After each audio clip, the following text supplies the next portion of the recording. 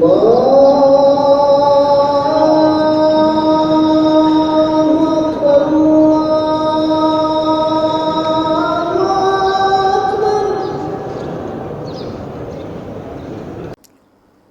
باللہ من الشیطان الرجیم، بسم اللہ الرحمن الرحیم۔ سورہ احزاب کا تذکرہ چل رہا تھا 21ویں پارے کے آخر سے، اور 21ویں پارے کے آخر میں ازواج مطہرات سے خطاب تھا، جس کا مزید بقیہ حصہ 22ویں پارے کے شروع میں ہے، اس لیے دونوں کا اکٹھا ذکر کیا جاتا ہے۔ واقعہ یہ پیش آیا کہ جب فتوحات کا دور شروع ہوا تو ازواج مطہرات نے حضور انور صلی اللہ علیہ وسلم سے درخواست کی کہ ہمارے وظیفہ اور نفقہ میں، ہمارے خرچے میں اضافہ کیا جائے۔ اللہ کی طرف سے اس موقع پر یہ آیات نازل ہوئیں جن میں انہیں دو باتوں میں سے ایک بات کا اختیار دیا۔ نبی کریم صلی اللہ علیہ وسلم نے پہلے تو ان کی اس بات پر اور اس مطالبے پر ناراضگی کا اظہار کیا کہ ان کو یہ دنیا کی طلب اور دوسروں کو دیکھا دیکھی یہ بات کیوں پیدا ہوئی، اس لیے آپ نے کئی دن تک ازواج مطہرات سے بولنا چھوڑ دیا۔ پھر اس کے بعد اللہ تعالیٰ نے آیات خیار نازل فرمائیں اور فرمایا کہ آپ اپنی ازواج کو دو باتوں میں سے ایک اختیار دے دیں۔ نمبر ایک، یا تو خوشحالی کی زندگی گزارنے کے لیے آئیں، تحفے ہدایہ لیں اور اب اختیار کر لیں اپنے آپ کو، جدائی اختیار کر لیں اور جہاں مرضی چلی جائیں اور وہاں جا کے خوشحالی کی زندگی بسر کریں۔ اور دوسرا یہ کہ یا پھر اسی تنگی ترشی کے ساتھ نبوت کے ساتھ رہنا ہے تو انہی حالات پہ صبر اور شکر کر کے گزارا کریں۔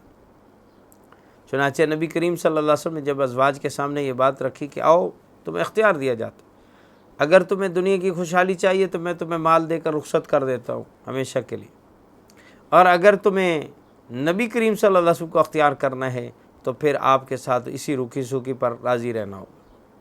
تمام ازواج نے بلا کسی تفریق سب نے آپ صلی اللہ علیہ وسلم کو اور آخرت کو اختیار کیا، اور دنیا کی مال و دولت کے بارے میں جو مطالبہ کر بیٹھی تھیں اس سے اپنی بات سے رجوع کر لیا۔ پھر اس کے بعد ازواج مطہرات کی فضیلت کے طور پر اللہ تعالیٰ نے ان کو مزید کچھ احکام دیے کہ ان کی فضیلت، ان کا درجہ اتنا ہے۔ اللہ تعالیٰ نے فرمایا کہ اے نبی کی بیویوں، تم عام عورتوں جیسی نہیں ہو، تمہیں اللہ تعالیٰ نے عظمت والی شان دی ہے، تو عظمت والا کردار، عظمت والے اخلاق بھی تمہارا وتیرہ ہونا چاہیے۔ چنانچہ پہلا حکم یہ دیا کہ مردوں کے ساتھ بات کرتے ہوئے لوچدار لہجہ اختیار نہ کرو، نرم گفتگو نہ کرو، جو فطری عورت کا مزاج ہے نرمی کے ساتھ بات کرنا۔ فرمایا جب کسی غیر محرم سے بات کرنی ہو تو ذرا ترش رویے کے ساتھ، ترش رخی کے ساتھ اس سے بات کرو۔ دوسرا یہ کہ بلا ضرورت گھر سے باہر نہ نکلیں، کیونکہ مسلمان عورت کا اصل اور محفوظ ٹھکانہ گھر ہوتا ہے، اور گھر سے اگر پہلی بات یہ ہے کہ گھر میں ہی رہیں اور گھر سے باہر نہ نکلیں۔ تیسری بات یہ ہے کہ زمانہ جاہلیت کی خواتین کی طرح اپنی زینت و ستر کا اظہار کرتے ہوئے باہر نہ جائیں، اور اگر باہر جانا بھی پڑے تو پھر باپردہ طریقے سے پورے جسم کو ڈھانپ کر نکلیں۔ اور چوتھی بات یہ ہے کہ نمازوں کی پابندی کریں۔ پانچویں بات یہ تھی کہ زکوٰۃ دیے کریں، اور چھٹی بات یہ ہے کہ اللہ اور اس کے رسول کی اطاعت کریں۔ ساتویں اور اہم نصیحت کہ قرآنی آیات کی تلاوت اور احادیث کا مذاکرہ جاری رکھیں۔ جس گھر میں یہ وحی نازل ہو رہی ہے، جس گھر میں یہ حدیث وہ خود اس سے اگر ناواقف رہیں گی تو پھر یہ آگے کیسے یہ دولت عظمیٰ پہنچے گی۔ اس لیے ازواج مطہرات کو اس بات کا پابند کیا گیا کہ وہ قرآنی آیات اور قرآنی احادیث کے تذکرے کو اور آپس میں اس کے مذاکرے کو ہمیشہ کے لیے رواج دیں، اور اس کو سب سے بڑی دولت سمجھیں۔ آپ کے پاس سب سے بڑی دولت ہے، آپ کو اس کی وجہ سے، اس کے ہوتے ہوئے دنیا کی چیزوں کی طرف للچائی نگاہ سے نہیں دیکھنا چاہیے۔ اس کے بعد سورہ احزاب میں اللہ تعالیٰ نے تشخص و پہچان پیدا کرنے والی مسلمانوں کے لیے کچھ خصوصیات اور صفات ذکر فرمائیں کہ ان چیزوں کو اگر مسلمان اپنا لیں تو دنیا میں اللہ تعالیٰ ان کو ایک امتیازی شان عطا فرمائیں گے، اور آخرت میں ان کے لیے اونچا مقام ہوگا ان صفات کی وجہ سے۔ وہ صفات کیا ہیں جس کو اگر آج ہم اپنا لیں تو اللہ کا وعدہ ہے کہ نہ صرف تمہاری آخرت سنورے گی اور بنے گی بلکہ دنیا میں بھی راحت آئے گی۔ فرمایا وہ صفات یہ ہیں کہ کوئی مرد ہو یا عورت وہ ان صفات کو اپنائے۔ یہ 10 صفات۔ پہلی صفت یہ ہے اسلام اور اطاعت اور تابعداری، اللہ کی تابعداری کو اپنا وصف بنا لو۔ نمبر 2 ایمانداری کو اپنا وصف بنا لو، مومن بنو، یعنی ایمانی خصائل اپنے اندر پیدا کرو۔ نمبر 3 فرمایا قنوت، دائمی طور پر اطاعت اور اللہ کے احکام کے سامنے جھکنا۔ نمبر 4 صدق، سچائی کو اپناؤ، اور نمبر 5 صبر، اور نمبر 6 خشوع و خضوع، اللہ سے ڈر، خشیت اور خوف الہی پیدا کرو۔ نمبر 7 صدقہ کو اپنا معمول بناؤ۔ نمبر 8 روزے رکھو، فرض روزے تو ہیں ہی، اس کے علاوہ نفلی طور پر روزے رکھنا بھی اس میں شامل ہے۔ نمبر 9 فرمایا اپنی شرمگاہوں کی حفاظت کرو، اپنی خواہشات کو قابو میں رکھو۔ اور نمبر 10 کثرت سے اللہ کا ذکر کرو، اللہ کا کثرت سے ذکر کرو۔ فرمایا جس میں یہ 10 صفات پیدا ہو جائیں گی، وہ نہ صرف یہ کہ وہ بہترین معاشرے کا انسان بنے گا، اور اگر یہ معاشرے میں پیدا ہو جائیں تو وہ بہترین معاشرہ قرار پایا جائے گا۔ نہ صرف یہ کہ دنیا میں یہ امتیازی شان والے لوگ ہوں گے، بلکہ اللہ تعالیٰ آخرت میں بھی ان کی مغفرت فرمائیں گے۔ اس کے آخر میں اللہ تعالیٰ نے مغفرت کا وعدہ فرمایا۔ اس کے بعد اللہ تعالیٰ نے ایک رسم بد کے خاتمے کا جو ذکر فرمایا کہ منہ بولے بیٹے حضرت زید بن حارثہ رضی اللہ عنہ، جن کو نبی صلی اللہ علیہ وسلم نے منہ بولا بیٹا بنایا تھا، تو انہوں نے حضرت زینب بنت جاش سے شادی کی، اور لمبی بات ہے کہ ابتداءً حضرت زینب بنت جاش ان کے بھائی اس کے لیے راضی نہ تھے، آپ صلی اللہ علیہ وسلم نے ان کو راضی کیا۔ جب رضامند ہونے کے بعد شادی ہوئی تو ان کا مزاج نہ ملا، مزاج نہ ملنے کے نتیجے میں بالآخر کچھ عرصے کے بعد زید بن حارثہ رضی اللہ عنہ نے ان کو طلاق دے دی۔ طلاق کے بعد اللہ کے حکم سے نبی کریم صلی اللہ علیہ وسلم نے حضرت زینب بنت جاش سے نکاح فرما لی، اور یہ نکاح ایسا ہوا کہ جس کے بارے میں اللہ نے قرآن پاک میں فرما دیا کہ وَزَوَّجْنَا، کہا ہم نے آپ کا نکاح ان سے کر دیا ہے۔ زمین پہ اس نکاح کے منعقد ہونے کی ضرورت پیش نہیں آئی، آسمان پہ نکاح ہوا، وہی بن کر قرآن کا حصہ بن گیا۔ اس لیے حضرت زینب بنت جاش اس بات پر فخر کرتی تھیں دیگر ازواج مطہرات پر کہ اللہ رب العزت نے میرا نکاح خود کیا ہے، آپ کے نکاح آپ کے اولیاء نے کرائے، میرا نکاح رب نے کرایا، آپ کا نکاح زمین پہ ہوا، میرا نکاح آسمان پہ ہوا۔ آپ کے نکاحوں کے گواہ انسان ہیں، میرے نکاح کا گواہ اللہ کا قرآن ہے۔ یہ خاص خصوصیت۔ اب اس نکاح کے بعد نتیجہ یہ نکلا کہ مشرکین کو شور و غل کرنے کا ایک موقع ہاتھ آ گیا۔ انہوں نے کہا کہ آپ نے منہ بولے بیٹے کی بیوی چھوڑی ہوئی سے نکاح کر لیا، یہ تو منہ بولے آپ نے بہو سے نکاح کر لیا، اور بہو سے تو نکاح حرام ہے۔ یہ دیکھو محمد صلی اللہ علیہ وسلم کیسے کام کرتے ہیں کہ اپنی ہی بہو سے نکاح کر لیا، بہت شور کیا۔ اللہ تعالیٰ نے اس کے ذیل میں مسلمانوں کو حکم دیا کہ دیکھو منہ بولا بیٹا حقیقی بیٹا نہیں ہوتا، اور ہم نے آپ کے عمل کے ذریعے سے اس رسم بد کا اختتام کرنا تھا تاکہ مسلمان آئندہ ایسی صورت میں اگر نکاح کریں تو معاشرہ اور قوم اور لوگ ان کو برا بھلا نہ کہیں۔ اسی بات کو مٹانے کے لیے ہی تو حضور علیہ الصلوۃ والسلام کے نفس نفیس سے اس رسم بد کا اختتام کیا گیا۔ اس کے علاوہ ضمنی طور پر یہ بات بھی کہ نبی کریم صلی اللہ علیہ وسلم کو اللہ تعالیٰ نے بہت ساری ازواج سے نکاح کرنے کا موقع عطا فرمایا، تو بعض لوگوں کو اس بات سے بھی آپ علیہ الصلوۃ والسلام پر باتیں کرنے کا موقع ملا، اس زمانے میں بھی اور آج بھی۔ آج بھی اسلام دشمن عناصر نبی کریم صلی اللہ علیہ وسلم کی پاکیزہ صفات، پاکیزہ ہستی میں کوئی عیب نہیں پاتے، تو اس طرح کی باتیں تلاش کرتے ہیں کہ آپ نے 11 شادیاں کیں، زیادہ شادیاں کرنا تو شہوت پرستی کی علامت ہے، نعوذ باللہ من ذالک۔ تو نبی کریم صلی اللہ علیہ وسلم کے بارے میں بھی یہ بکواسات انہوں نے شروع کر دی۔ ان کے جواب کے طور پر یہاں ضمنی طور پہ بات آ گئی۔ 2 باتوں کو اگر سامنے رکھیں گے تو انشاءاللہ یہ جو اعتراض ہے اور یہ جو بکواس ہے یہ بالکل ہوا میں اڑ جائے گی۔ پہلا نقطہ تو یہ ہے کہ نبی کریم صلی اللہ علیہ وسلم نے اپنی بھرپور جوانی کی عمر میں 25 سال کی عمر میں جو پہلا نکاح کیا ہے وہ ایک ایسی بیوہ سے کیا ہے جو 2 خامدوں سے بیوہ ہے، اور آپ سے عمر میں آپ سے دگنی عمر رکھتی ہے، تقریباً 40 سال کی عمر حضرت خدیجہ رضی اللہ عنہ کی، اور آپ صلی اللہ علیہ وسلم کی عمر 25 سال، 15 سال کا گیپ۔ 15 سال میں تو ایک بچی جوان ہو جاتی، تو اتنے گیپ کے ساتھ اتنی بوڑھی عمر والی جو 2 خامدوں سے بیوہ ہو، اس کو بھرپور جوانی میں نکاح میں لانا آپ کی حیاداری، پاکیزگی کی علامت۔ پھر جب تک وہ نکاح میں رہتی ہیں کسی اور عورت سے نکاح نہیں کیا، یہاں تک کہ آپ کی عمر 50 سال کو پہنچ۔ 50 سال کی عمر ڈھلنے کی عمر ہوتی ہے، بڑھاپے کی عمر ہوتی ہے۔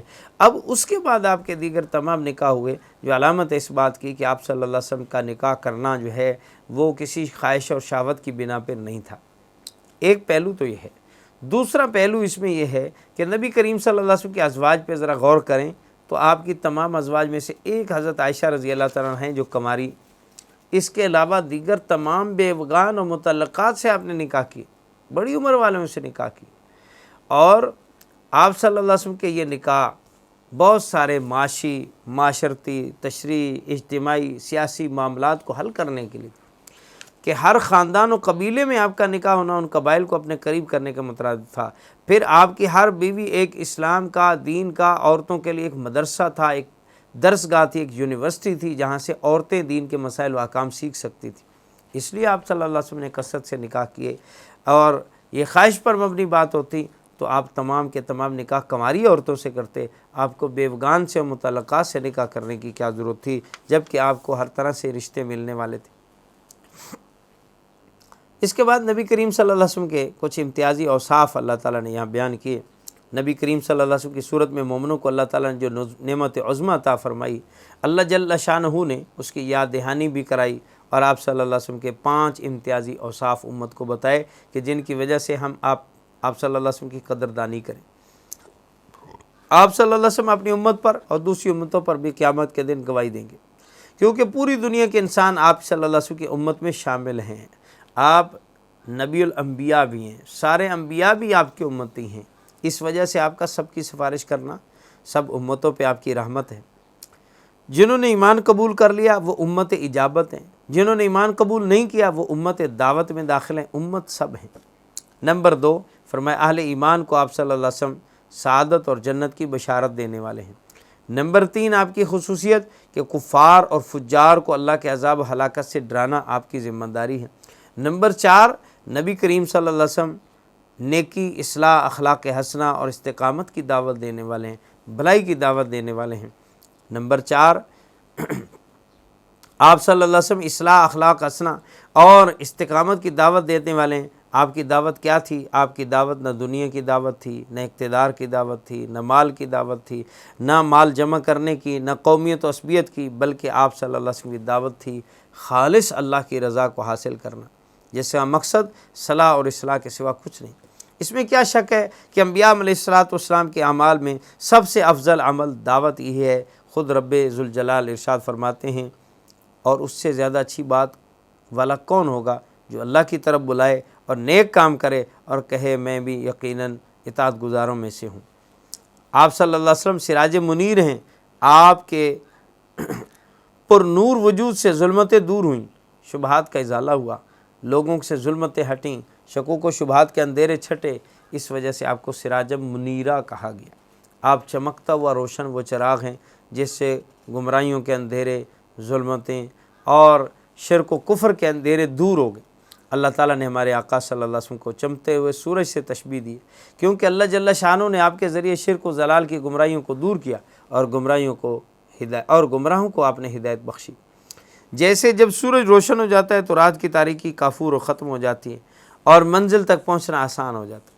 اس کے بعد اس صورت میں اللہ تعالیٰ نے 3 آداب بیان فرمائے۔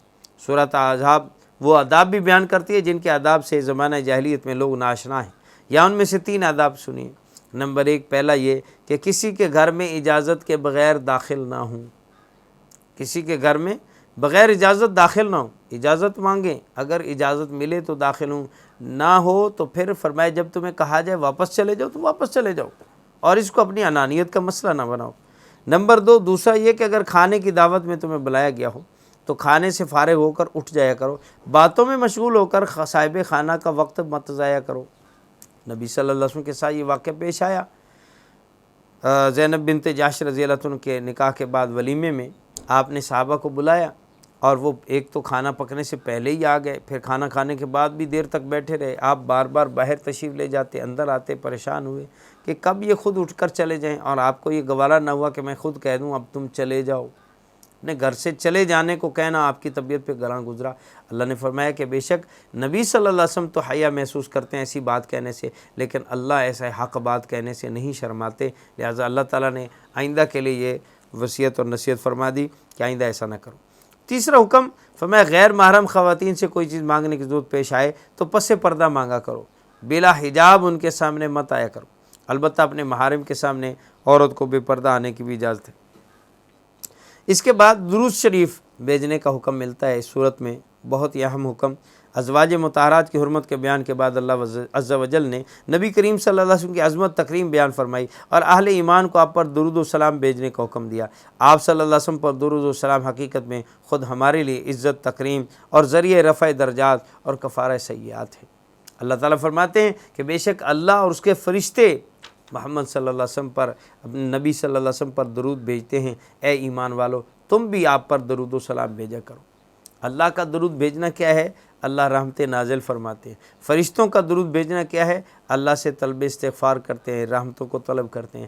ایمان والوں کا درود بھیجنا کیا ہے؟ کہ وہ بھی نبی کریم صلی اللہ علیہ وسلم کی رفعت درجات کے لیے، آپ کی درجات عالی کے لیے دعا مانگتے ہیں، اللہ سے آپ کے لیے رحمت کا سوال کرتے ہیں۔ حضرت ابو طلحہ رضی اللہ عنہ سے روایت ہے کہ ایک دن حضور اقدس صلی اللہ علیہ وسلم تشریف لائے تو آپ صلی اللہ علیہ وسلم کے چہرہ مبارک پر خوشی کے آثار تھے۔ صحابہ نے عرض کیا، یا رسول اللہ صلی اللہ علیہ وسلم، آج ہم چہرہ انور پر خوشی کے غیر معمولی آثار دیکھ رہے ہیں، کیا آپ اس بات سے خوش ہیں؟ آپ نے فرمایا، آج میرے پاس فرشتہ آیا تھا، اس نے کہا، اے محمد صلی اللہ علیہ وسلم، کیا آپ اس بات سے خوش نہیں ہیں کہ اللہ عز و جل کہتا ہے کہ آپ صلی اللہ علیہ وسلم کی امت میں سے جو کوئی آپ پر ایک بار درود بھیجے گا میں اس پر 10 رحمتیں بھیجوں گا، اور جو کوئی ایک بار سلام بھیجے گا میں اس پر 10 بار سلامتی نازل کروں گا۔ تو حضور نے فرمایا، ہاں میں کیوں نہ اس سے خوش ہوں، میں بہت خوش ہوں اس سے۔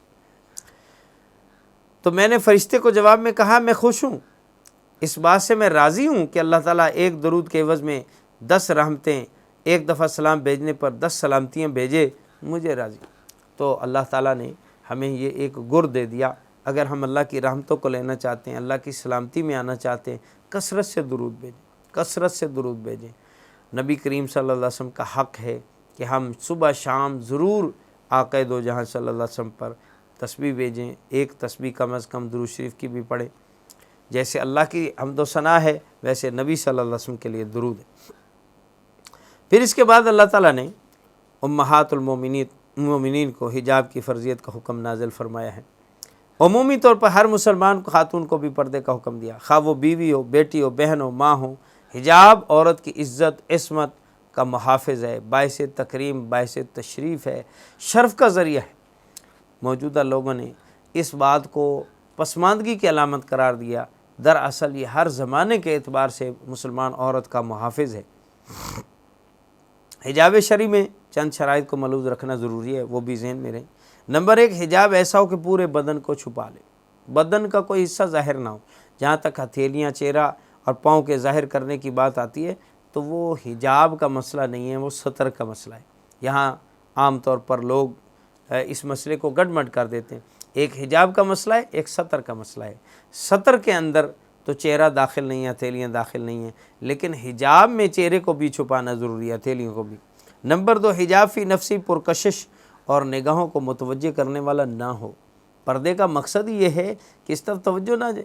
اگر حجاب کر کے اور چہرے کو چھپا کر، آنکھیں ایسے ظاہر کر کے اور ایسے طریقے سے، اور برقع بھی ایسا فینسی اور اتنا خوبصورت بنایا جائے کہ وہ خود ہی اٹریکشن والا ہو، تو پھر جن کے دلوں میں مرض ہے، اللہ تعالیٰ نے یہاں فرمایا جن کے دلوں میں مرض ہے ان کا مرض بڑھتا جائے گا، وہ آپ کی طرف متوجہ ہوں گے۔ نمبر 3، فرمایا حجاب ایسا باریک نہ ہو جس سے جسم کی رنگت جھلکے اور نظر آئے۔ نمبر 4، کشادہ ہو، ایسا تنگ نہ ہو جو فتنہ کا باعث بنے اور فتنے کے باعث بننے والے اعضاء کو ظاہر کرنے والا۔ نمبر 5، ایسا معطر نہ ہو، اس پہ خوشبو لگی ہوئی نہ ہو کہ جس کی خوشبو کی وجہ سے دوسرے لوگ متوجہ ہو۔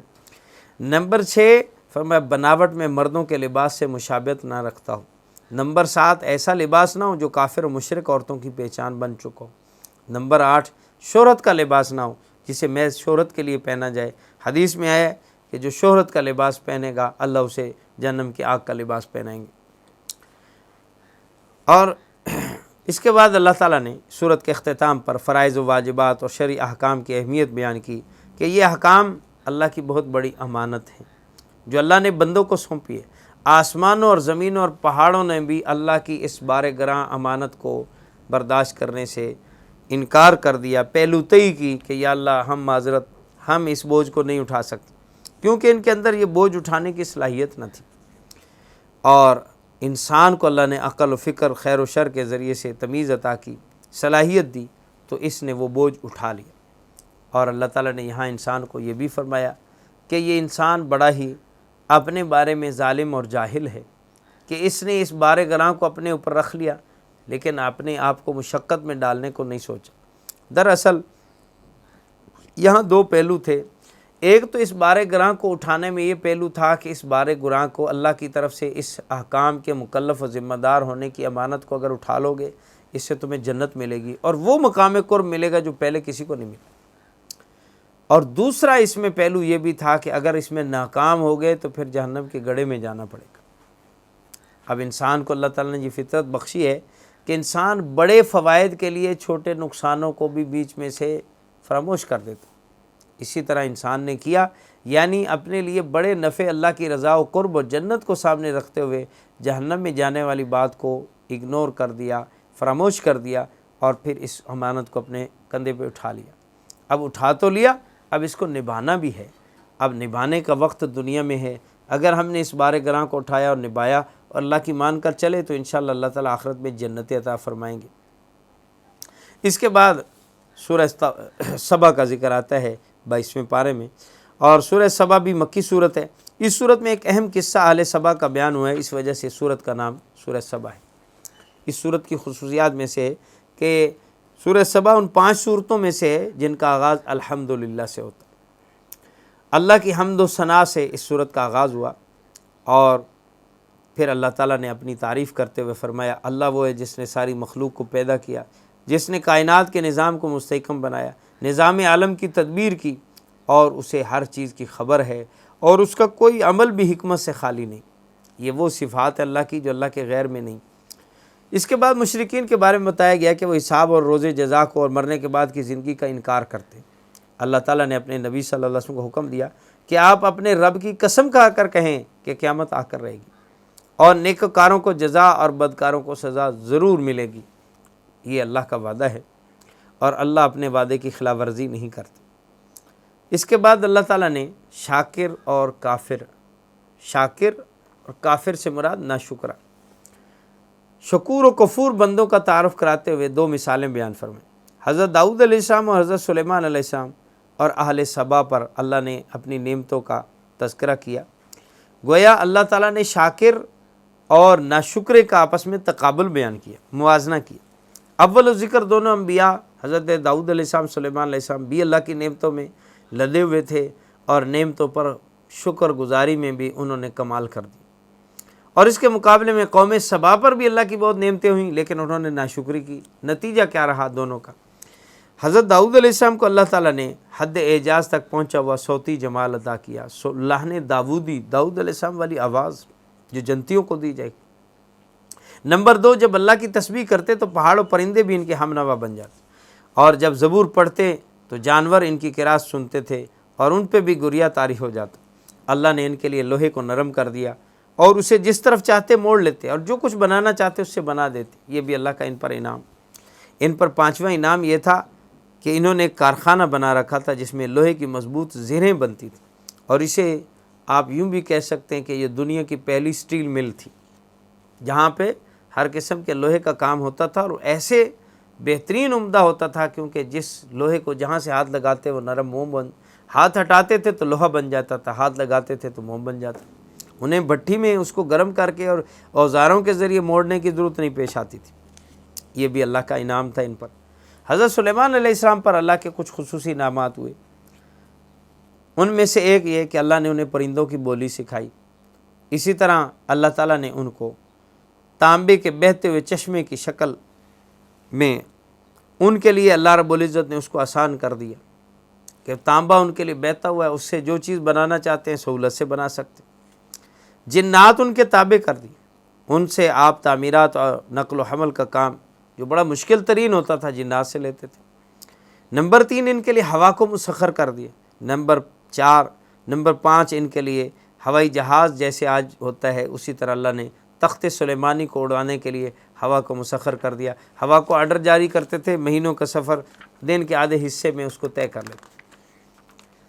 ان نعمتوں کے باوجود اللہ تعالیٰ نے باپ بیٹے کو غرور اور تفاخر سے بچایا اور دونوں کو اللہ کا ایسا شکر گزار بندہ بنایا کہ اللہ خود ان کی تعریف فرماتے ہوئے فرماتے ہیں کہ یہ میرے بندے بڑے شکر گزار، کیا ہی بہتر شکر گزار بندہ تھا داؤد، اور کیا ہی شکر گزار بندہ تھا سلیمان۔ عمومی صورت میں انسان میں یہ صورت رہی ہے کہ اللہ کے بندوں میں شکر کرنے والے اللہ تعالیٰ فرماتے ہیں بہت تھوڑے ہیں، لیکن یہ ان تھوڑے لوگوں میں سے تھے کہ جنہوں نے اللہ کا شکر ادا کیا۔ اور شکر کی کیا صورت تھی؟ حضرت سلیمان علیہ السلام نے شکر کی یہ صورت اپنائی کہ اللہ کا کثرت سے شکر کرتے ہوئے اللہ کے حضور میں بہت زیادہ لمبی نمازیں ادا کرتے۔ وقت کے بادشاہ ہو، اور بادشاہ بھی ایسا جس کی زمین اور ہوا اور فرشتوں پر اور جنات اور پرندوں پر بھی حکومت ہو، اس کے پاس تو ٹائم نہیں، لیکن یہ اپنا زیادہ وقت نماز میں صرف کرتا۔ اور داؤد علیہ السلام کے شکر کے بارے میں دو طرح سے ہے۔ ایک تو یہ کہ داؤد علیہ السلام اپنے گھر میں یہ کیا ہوا تھا کہ ہر وقت کوئی نہ کوئی آدمی مصلی پر رہے گا، کوئی وقت بھی ایسا دن رات میں سے نہ گزرے کہ جس میں یا بیوی مصلی پر ہو، یا حضرت داؤد علیہ السلام خود مصلی پر ہوں، یا ان کا نوکر کو ملازم مصلی پر ہو، کوئی نہ کوئی اللہ کے حضور میں ضرور تسبیح کرتا رہے۔ اور دوسرا شکر داؤدی یہ بھی تھا کہ حضرت داؤد علیہ السلام روزانہ ایک دن روزہ رکھتے تھے اور اگلے دن افطار یعنی روزہ چھوڑتے تھے، پھر روزہ رکھتے تھے پھر چھوڑتے تھے۔ اس کو صوم داؤدی کہا گیا، اور یہ شکر داؤدی کی صورت تھی۔ تو بہرحال یہ اللہ کے شکر گزار بندے۔ اس کے مقابلے میں قوم سبا کا ذکر آیا، دوسرا قصہ ہے آل سبا کا۔ پہلا قصہ آل شکر کا ہے جو ایمان کو روشن کیے ہوئے تھے اور ایمان والوں کے لیے روشن مینارہ و ستارہ تھے۔ دوسرا قصہ اہل کفر و طغیان کا ہے۔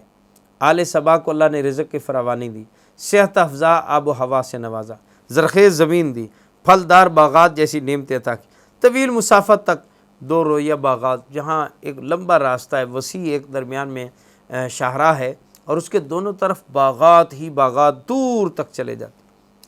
طویل مسافت طے کرنے میں باغات کی وجہ سے نہ گرمی لگتی ہے، نہ دھوپ کا احساس ہوتا ہے، نہ بھوک پریشان کرتی ہے، کیونکہ پھل اتنے ہیں، اتنے زیادہ پھل ہیں کہ جس کے بارے میں ایک روایت میں یہ بھی ملتا ہے کہ اگر کوئی شخص خالی ٹوکرا ان کے پھلوں کے لدے ہوئے باغات میں سے لے کر گزرتا تو دوسری طرف جانے تک ٹوکرا پھلوں سے بھر چکا ہوتا بغیر توڑے۔ اتنے پھلوں سے لدے ہوئے باغات اللہ نے ان کو عطا کی۔ اور پانی کو ذخیرہ کرنے کے لیے اللہ تعالیٰ نے ان کو ڈیم عطا کیا تھا۔ ڈیم جس کا نام سد معارب ذکر کیا جاتا ہے، وہ اس طرح کہ پہاڑوں کے پیچھے پانی جمع ہو جاتا، اور پہاڑوں کے درمیان میں جو درہ تھا اس کو انہوں نے دیوار سے بند کر دیا، اور اس کے درمیان میں مختلف جگہوں پر پانی کو بہانے کے لیے رکاوٹیں ڈال دی۔ اور جہاں پانی کی جب مکمل بلند سطح ہوتی تو سب سے اوپر والے حصے کو پہلے خالی کیا جاتا، پھر درمیان والے حصے کو، پھر نیچے والے حصے کو۔ اس طرح ضرورت کے مطابق پانی لیتے لیتے پورا سال ان کے اس ڈیم میں سے پانی ختم نہیں ہوتا، لیکن انہوں نے رب کی نعمتوں کی ناشکری کی۔ اور پھر وہی ہوا جو ہر ناشکری قوم کے ساتھ وہی کرتا ہے، اللہ تعالیٰ ناشکروں کو پھر مزید ڈیل نہیں دیتے اور ان سے چیزیں اور نعمتیں واپس لے لیتے۔ صورت اس کی یہ بنی، اور یہ کہنے لگے کہ یا اللہ یہ کیسا معاملہ ہے، ہمارے پاس اتنے قریب قریب بستیاں ہیں، ہمیں کوئی لمبے سفروں والی جگہ دے، اور یہاں ہر وقت پھل دستیاب ہیں، کاش ہم بھوک اور پیاس کو بھی کبھی دیکھتے۔ اس طرح کی ناشکری کی باتیں کرنے لگے، اور وقت کے نبی کی بات کو انہوں نے جھٹلا دیا، اس کو ماننے سے انکار کر۔ اللہ تعالیٰ نے ان پر عذاب یوں بھیجا، وہ سد معارب جس کو ڈیم قرار دیا جا سکتا ہے کہ پہاڑوں کے درمیانی درے کو بند کر کے ڈیم بنایا گیا تھا، اللہ تعالیٰ نے اس ڈیم کو یکلخت توڑ دیا، اور اس ڈیم کا ٹوٹنا تھا کہ پانی ایک دم ایسے آیا کہ وہ ساری کھیتیوں کو، فصلوں کو، درختوں کو اور ان کی آبادیوں کو بہا کے لے گیا۔ یہ بند ٹوٹا اور عذاب اور تباہی بن گیا، اور باغات اور بستیوں کو خس و خاشاک بنا کے رکھ دیا۔ پھر وہاں نہ پھل تھے نہ پھول، ہاں سوائے جھاڑ جھنکاڑ کی چند جھاڑیوں کے اور بیریوں کے، اور کچھ بھی نہیں بچا۔ اللہ تعالیٰ نے اس طرح یہ بتا دیا کہ اللہ کے ناشکروں کا انجام کیسا ہوتا ہے۔ اللہ تعالیٰ ہمیں شکر گزار بندہ بن کے جینے کی توفیق عطا فرمائے۔ اعوذ باللہ من الشیطان الرجیم، بسم اللہ الرحمن الرحیم۔ سورہ سبا کے اندر تذکرہ چل رہا تھا کہ اللہ رب العزت نے شکر گزاروں اور ناشکروں کا آپس میں تقابل بیان کیا۔ اسی سلسلے میں آگے اللہ تعالیٰ نے عقلی اور نقلی دلائل کے ذریعے سے توحید کو ثابت کیا ہے اور شرک کی تردید کی ہے۔ اس صورت میں مسلسل مشرکین کے عقائد و نظریات کی عقلی نقلی دلائل سے اللہ نے تردید اور توہین کی۔ کبھی ان سے کہا گیا بلاؤ ان کو جنہیں تم اللہ کے سوا حاجت روا مشکل کشا سمجھتے ہو، دیکھتے ہیں وہ تمہارا کیا فائدہ تمہیں پہنچاتے۔ کہیں اللہ تعالیٰ نے تلقین کے اسلوب میں، تلقین کا اسلوب کہتے ہیں سوال کرنے کے انداز میں، پوچھا کہ آپ بتاؤ تمہیں آسمانوں اور زمینوں سے کون رزق دیتا ہے؟ کبھی سوال کیا گیا تمہیں اللہ کے ساتھ عبادت میں جن کو شریک سمجھتے ہو ذرا انہیں سامنے تو لاؤ تاکہ ہم دیکھیں ان کے اندر کون سی ایسی صفت پائی جاتی ہے جو اللہ والی صفت تھی جس کی وجہ سے بھول کر تم نے ان کو خدا سمجھ لیا۔ آگے چل کر سورہ سبا میں کفار مشرکین کی سرکشی اور کفر کی بنیادی وجہ ثروت اور غنا کو بتائے گی۔ مالداری کی وجہ سے لوگ جو ہیں وہ شرک اور کفر میں اور سرکشی میں ڈوبے ہوئے۔ انہیں اس بات پر اتنا ناز تھا کہ ان کا خیال تھا ہمارے جیسا تو صاحب مال صاحب اولاد دنیا میں کوئی نہیں، اور جب ہم صاحب مال و اولاد ہیں تو نہ دنیا کا کوئی عذاب ہم پر آ سکتا ہے نہ آخرت کا عذاب آئے گا۔ یہ اصل میں دنیا کے مال و متاع کے اندر جو ان کو سہارا مل جاتا ہے تو وہ سمجھتے ہیں کہ ہم ہر جگہ دنیا کے مال کو آڑ بنا کر رکاوٹ بنا کر اپنی طرف آنے والی بہت ساری تکلیفوں کو ٹال دیتے ہیں، تو شاید آخرت میں بھی ایسا ہی ہوگا، اور یہ بہت بڑی غلط فہمی ہے۔ قرآن میں اس کو یوں لفظوں میں بیان کیا گیا کہ وہ کہتے ہیں ہم اموال و اولاد کے اعتبار سے تم سے زیادہ ہیں اور ہمیں عذاب نہیں دیا جائے گا۔ انہوں نے دنیا کو آخرت کو دنیا پہ قیاس کیا، اور آخرت کے معاملے کو انہوں نے سمجھا کہ جیسے اللہ نے ہمیں دنیا میں خوشحالی دے دی ہماری بغیر استحقاق کے، ہم کو مستحق تو نہیں تھے، اللہ نے دے دی، تو جس اللہ نے ہمیں دنیا میں دے رکھا ہے وہ آخرت میں بھی دے دے گا۔ انہیں جواب دیا گیا فرما دیجئے پیغمبر صلی اللہ علیہ وسلم کہ میرا رب جس کے لیے چاہے روزی کو کشادہ کر دیتا ہے اور جس کو چاہتا ہے تنگ کر دیتا ہے، لیکن اکثر لوگ اس حقیقت کو نہیں جانتے۔ اکثر لوگ یہ نہیں سمجھتے ہیں کہ یہ روزی کی کشادگی اور تنگی جو ہے یہ من جانب اللہ کی طرف سے ابتلاء و آزمائش کے طور پر ہے۔ نہ تو مال کا زیادہ ملنا اللہ کے ہاں قبولیت کی علامت ہے، اور نہ ہی مال کی قلت اور کمی اللہ کے ہاں مغضوب ہونے کی اور اللہ کے ہاں قابل نفرت ہونے کی علامت ہے، بلکہ جسے چاہتا ہے جتنا مرضی رزق دیتا ہے۔ ثروت و غنا پر فخر و غرور ہی نہیں انہیں رسول اکرم صلی اللہ علیہ وسلم کے استہزاء اور تحقیر پر آمادہ کر دیا تھا، اور وہ آپ صلی اللہ علیہ وسلم کو اپنے مالداری کے زوم میں اور غرور و تکبر میں کہتے یہ مجنون اور دیوانے ہیں۔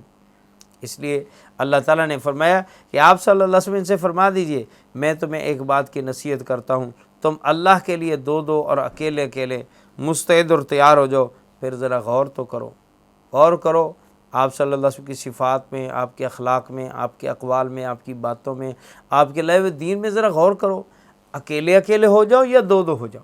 کبھی ایسا ہوتا ہے کہ انسان تنہائی میں بیٹھ کر سوچے زیادہ بات سمجھ میں آتی، کبھی اکیلے سمجھ میں نہیں آتی، کچھ سوالات رہ جاتے ہیں وہ دوسرے سے پوچھنا چاہتا ہوتا ہے۔ اللہ نے دونوں طریقے یہاں پر ارشاد فرمائے کہ کبھی اکیلے رہ کر سوچا کرو، کبھی کسی مجلس میں محفل میں بیٹھ کر سوچا کرو، سارے مل جل کر ایک دوسرے کو سوالوں جواب دے کر سوچا کرو۔ اگر آپ صلی اللہ علیہ وسلم کے بارے میں سوچو گے اور غور و فکر کرو گے تو اس نتیجے پر ضرور پہنچو گے کہ اللہ کی قسم ان میں ذرہ برابر بھی کوئی جنون اور دیوانگی نہیں ہے، بلکہ وہ تو اللہ کے آنے والے سخت عذاب سے تمہیں ڈرانے والے، تمہیں آگاہ کرنے والے، جیسے کوئی بڑی خبر دینے والا ہوتا ہے، کوئی آنے والے وقت پہ بصیرت کی نگاہ رکھنے والا ہوتا ہے، ایسے ہی نبی اللہ کی دی ہوئی وحی کی بصیرت سے وہ نگاہ رکھتا ہے جو تم نہیں رکھتے ہو، اس لیے وہ تو تمہارے خیر خواہ ہیں۔ آخر میں آیت کے اس صورت کے آخر میں اللہ تعالیٰ نے فرمایا کہ یہی کافر اور ضدی لوگ ہوں گے جو دنیا میں کسی طرح مان کر نہیں دکھائی دے رہے، آخرت میں پہنچیں گے تو یہ کہیں گے کہ اب ہم ایمان قبول کرنا چاہتے ہیں، لیکن ان کے اور ایمان کے درمیان میں اللہ تعالیٰ رکاوٹ ڈال دیں گے، آڑ ڈال دیں گے، اور کہا جائے گا کہ اب تمہارے ایمان لانے کا کوئی فائدہ نہیں اور تم اب ایمان نہیں لا سکتے ہو۔ اس کے بعد اگلی صورت 22ویں پارے میں سورہ فاطر۔ سورہ فاطر مکی صورت ہے۔ لفظ فاطر پہلی آیت میں آیا ہے فاطر السماوات والارض، اس وجہ سے اس صورت کا نام فاطر ہے، آسمانوں اور زمینوں کو پیدا کرنے والا۔ عام طور پہ ترجمہ فاطر کا یہ کیا جاتا ہے آسمان زمین کو پیدا کرنے والا۔ تین لفظ خالق السماوات، فاطر السماوات، بدیع السماوات، تینوں کا ترجمہ ایک ہی کہ پیدا کرنے والا۔ حقیقت میں مفسرین نے اس میں فرق یہ کیا ہے کہ فاطر اور بدیع کے جو الفاظ ہیں ان کی پوری تشریح جو پیدا کرنا ہے اس کا کیا معنی ہے، ایسا پیدا کرنے والا جو بغیر نقشے کے اور بغیر مٹیریل کے بنا دے، از خود نئے سرے سے ایک چیز ایسی بنائے کہ جس کا پہلے سے کوئی مٹیریل بھی نہیں تھا، اس کا پہلے سے کوئی نقشہ بھی نہیں تھا، ایسا بنانے والا فاتر کہلاتا ہے اور بدیع کہلاتا ہے، اور یہ صرف اللہ کی صفت ہے۔ اللہ کے سوا کوئی ایسا نہیں ہے جو بغیر مٹیریل کے کوئی چیز بنا دے اور بغیر پہلے سے سابقہ کسی نقشے اور نمونے کے چیز بنا دے۔ ہر انسان جو بھی تخلیق اور ایجاد کرتا ہے اس کا پہلے سے اولاً تو کوئی اس کے سامنے نمونہ ہوتا ہے، اور دوسرا اس کے ساتھ ساتھ اس کے پاس کوئی مٹیریل اللہ کی طرف سے عطا کردہ ہوتا ہے۔ ان مختلف مٹیریل کی چیزوں کو ملا کر پھر وہ کوئی نئی چیز بھی بنا لیتا ہے، کہیں پلاسٹک کو، کہیں لوہے کو، کہیں نکل کو، پتل کو، مختلف چیزوں کو، ایلومینیم کو ملا جلا کے کوئی نئی چیز بنا لے گا، یا ایک ہی نوع سے ایک چیز کو نیا سے بنا لے گا، لیکن مٹیریل کے بغیر از خود پہلے مٹیریل پیدا کرو پھر چیز بنائے، یہ انسانوں میں سے اور مخلوقات میں سے کسی کے لیے ممکن نہیں ہے۔ اللہ تعالیٰ فرماتے ہیں تمام تعریفیں اللہ ہی کے لیے ہیں جو تمام جہانوں کا پالنے والا اور آسمان و زمینوں کو پیدا کرنے والا ہے۔ پھر اس کے بعد اس صورت میں اللہ تعالیٰ نے توحید باری تعالیٰ کی دعوت دی ہے۔ اللہ نے اس کے وجود پر دلائل قائم کر دیے، اپنی ذات کے وجود پر شرک کی بنیادوں کو منہدم کر دیا ہے، اور دین حق پر قائم رہنے والوں کو دین پر قائم رہنے کی تاکید کی ہے۔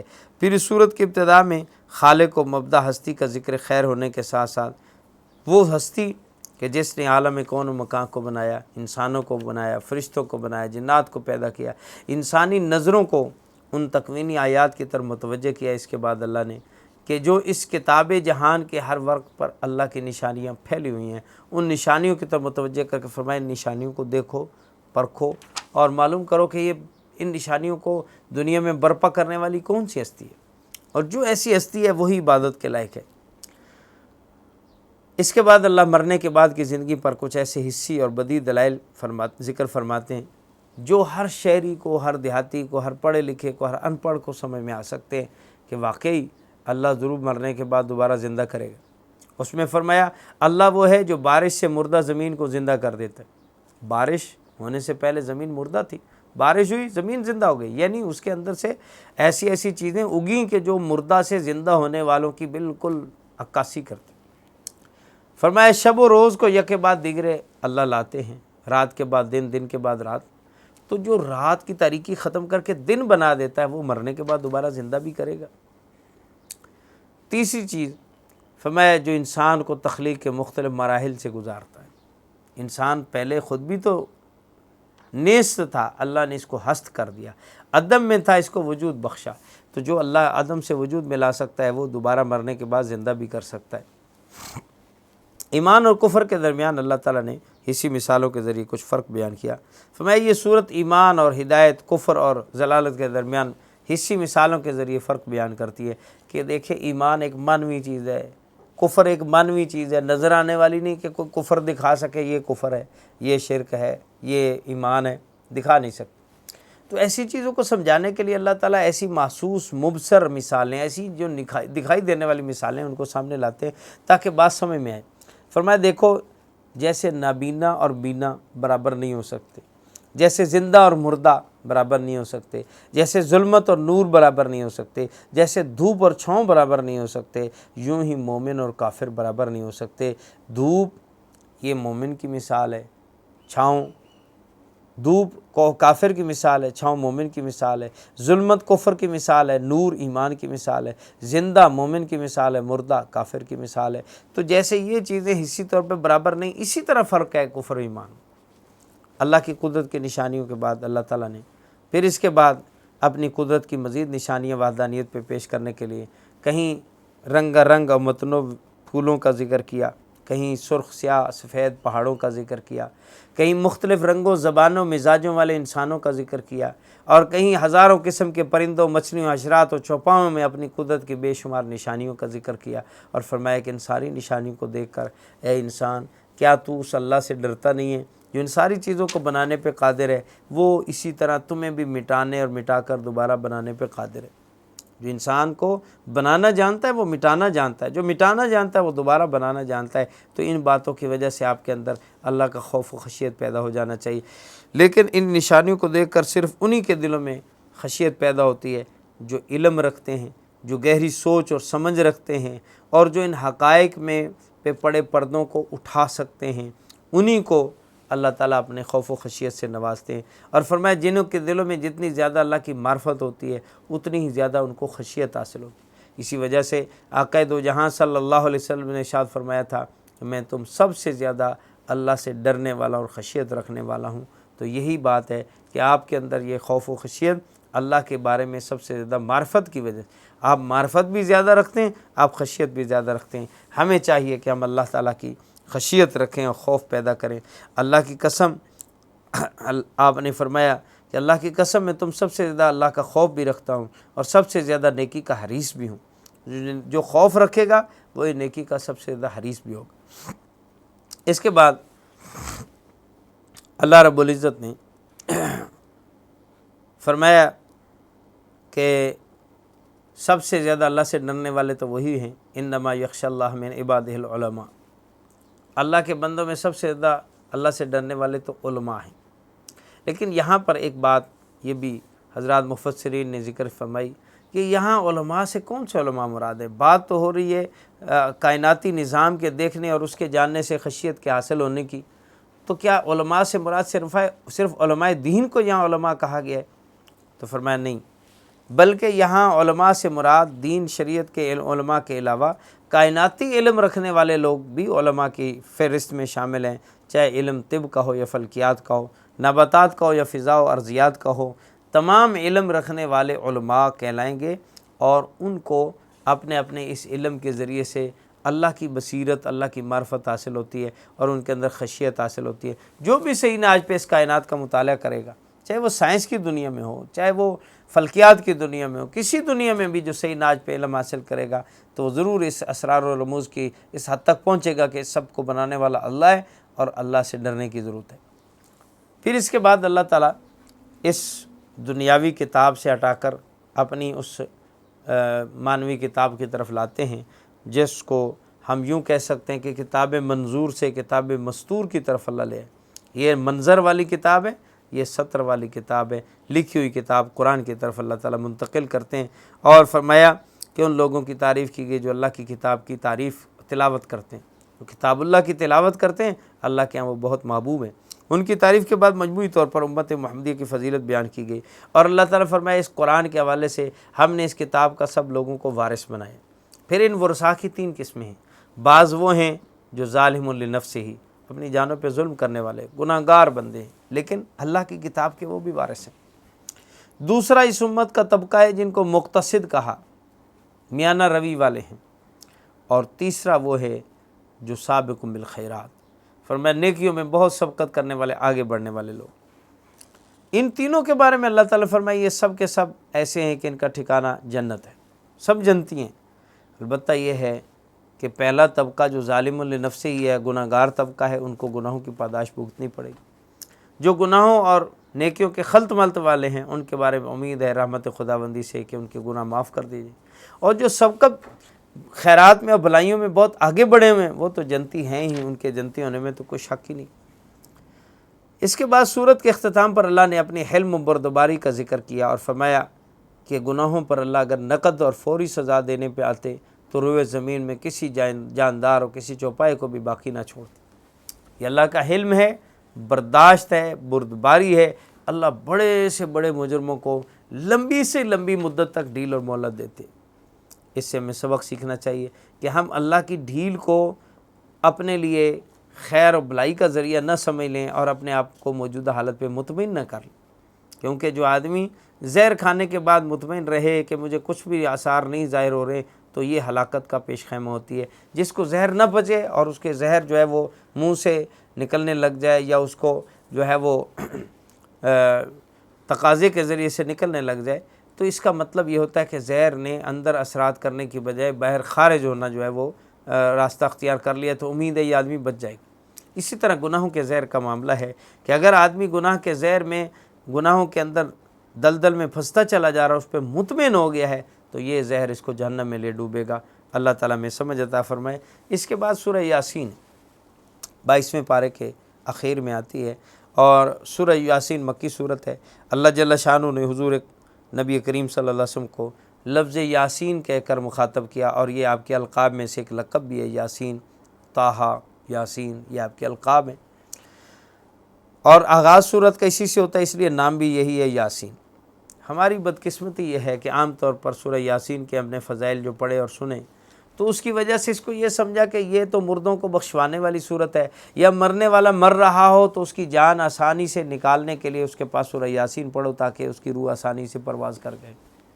یہ سمجھے ہی نہیں کہ یہ صورت ایک بہت بڑا موضوع ہمیں دینے والی ہے اور زندگی کا صحیح معنوں میں فلسفہ سمجھانے والی یہ صورت ہے۔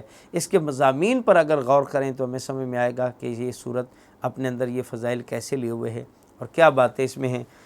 تو اس صورت کا آغاز ہوتا ہے اللہ تعالیٰ کی طرف سے یاسین جیسے لقب سے نبی صلی اللہ علیہ وسلم کو پکارنے کے ساتھ، اور پھر اللہ تعالیٰ قسم کھا کے کہتے ہیں کہ ہمیں قسم ہے یاسین والقرآن الحکیم انک لمن المرسلین، ہمیں قرآن عظیم کی قسم ہے کہ بے شک آپ اللہ کے رسولوں میں سے۔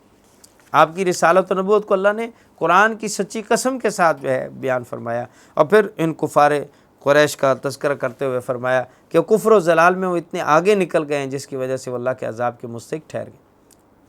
وجہ اس کی یہ ہے کہ انہوں نے ضد باندھ لی ہے کہ ہم نے نہیں ماننا، حالانکہ ہونا یہ چاہیے تھا کہ اللہ تعالیٰ فرماتے ہیں ما انذر آباؤہم، ان کے آباء و اجداد کو بھی نہیں ڈرایا گیا، اب ان کے اوپر ڈر سنانے والا آیا تھا، انہیں چاہیے تھا کہ اس ڈرانے والے کی قدر کریں۔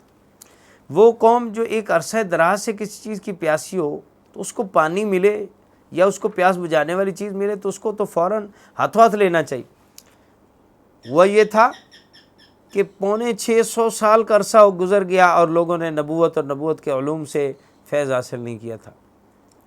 چاہیے تو یہ تھا کہ اب علوم نبوت آئے تھے تو یہ پیاسی قوم پیاسی بن کر لینوں میں لگ کر اس کے سیراب ہونے کے لیے اس شافی چشمے کے سامنے اپنے آپ کو پیش کر دیتے، لیکن انہوں نے ضد کا وتیرہ اپناتے ہوئے اس نبی کا انکار کرنا شروع کر دیا۔ فرمایا آپ ان کو ڈرائیں یا نہ ڈرائیں، یہ ایمان لانے والے نہیں۔ پھر اس کے بعد اللہ تعالیٰ نے ایک بستی کا ذکر کیا جہاں اللہ نے یکے بعد دیگرے 3 انبیاء کو بھیجا، اور پہلے 2 انبیاء گئے، ان کو جھٹلایا گیا، تائید میں تیسرے نبی کو بھیجا گیا، انہوں نے اس کو بھی جھٹلا دیا، اور نبیوں نے ان کو حق بات کہی تو وہ کہنے لگے کہ اللہ نے کسی بشر پر کچھ بھی ایسی بلائی و خیر کی بات نہیں اتاری۔ اللہ رب العزت نے ان نبیوں کی تائید میں پھر اسی قوم میں سے ایک ناسخ کو پیدا کر دیا، حبیب نجار کو کھڑا کر دیا، جو اپنی ہی قوم کے لیے ان انبیاء کو کے مشن کی بات کرتا ہے اور کہتا ہے میری قوم والو تمہیں کیا ہو گیا ہے، تم ان رسولوں کی بات کیوں نہیں مانتے جو اپنے کسی ذاتی مفاد کے لیے تم سے بات نہیں کر رہے، بلکہ تمہیں تمہاری صحیح حقیقت تو تمہیں راہ راست پہ لانے کے لیے بات کر، اور تم اگر ان کو اپنا دشمن بنا لو گے تو تمہاری خیرخواہی کیسے کی جائے؟ تم کیسے بھلے مانس بن سکتے ہو جب تم خیرخواہوں کو اپنا خیرخواہ نہ سمجھو؟